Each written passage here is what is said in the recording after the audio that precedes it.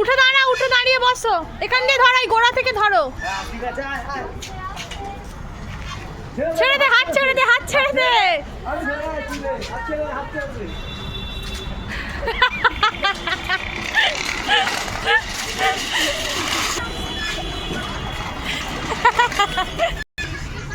দোল দাও। ওকে সাইড করে বসালে না কেন? তাহলে ধরে থাকতো।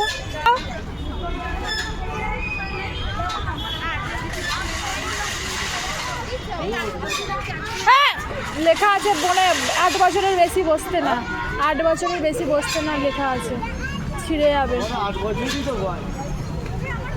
ভালো লাগছে।